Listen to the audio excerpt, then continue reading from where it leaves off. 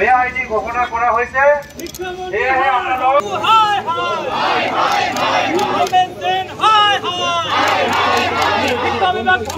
বল সেবা অফিসত যাব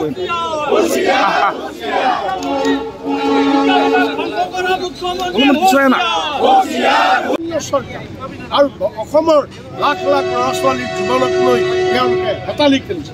আজি শিক্ষামন্ত্ৰীয়ে কৈছে যে সেৱাৰ গাত দুখ নাই, প্ৰশ্ন কাকত লিক হোৱাত স্কুলৰ গাত দুখ। এটা তেওঁ পালমৰা এটা তেওঁ উত্তৰ দিছে। আমি শিক্ষামন্ত্ৰীক সুধিব কৈছোঁ, চাপৰিলে মেঘ নকৰে। শিক্ষা এই যি স্কুলৰ পৰা লিক হৈছে সেই স্কুল শিক্ষা বিভাগৰ নহয় নেকি?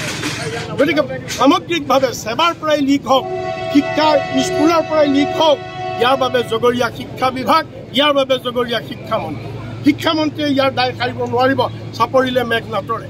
আৰু মুখ্যমন্ত্ৰীক আমি প্ৰশ্ন কৰিব খুজিছোঁ যে সমাজ বিজ্ঞান বিভাগৰ মেট্ৰিকত যে প্ৰশ্ন কাকত টান হোৱাৰ বাবে তেওঁ ঘোষণা কৰি দিছে যে 10 নম্বৰ আমি বঢ়াই দিম, আমি গ্ৰেছ মাৰ্ক দিম। আমি মুখ্যমন্ত্ৰীক প্ৰশ্ন কৰিছোঁ, তুমি কি অধিকাৰত ক'লা?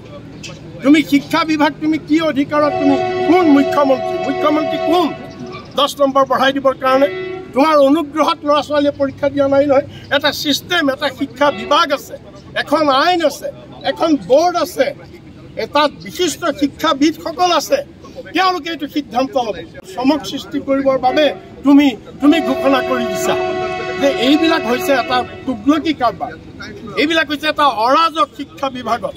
গতিকে এই শিক্ষা বিভাগৰ এই অৰাজকতা আমি সেইকাৰণে এই অপদাৰ্থ অকমান্য শিক্ষামন্ত্ৰীক, যি শিক্ষামন্ত্ৰীৰ ভুল সিদ্ধান্তৰ কাৰণে, ভুল নেতৃত্বৰ কাৰণে অসমৰ লাখ লাখ ছাত্ৰ ছাত্ৰীৰ ভৱিষ্যত ধ্বংস হৈছে, সেই শিক্ষামন্ত্ৰীক আমি বৰ্খাস্ত কৰিবৰ কাৰণে আজি আমি দাবী জনাইছোঁ।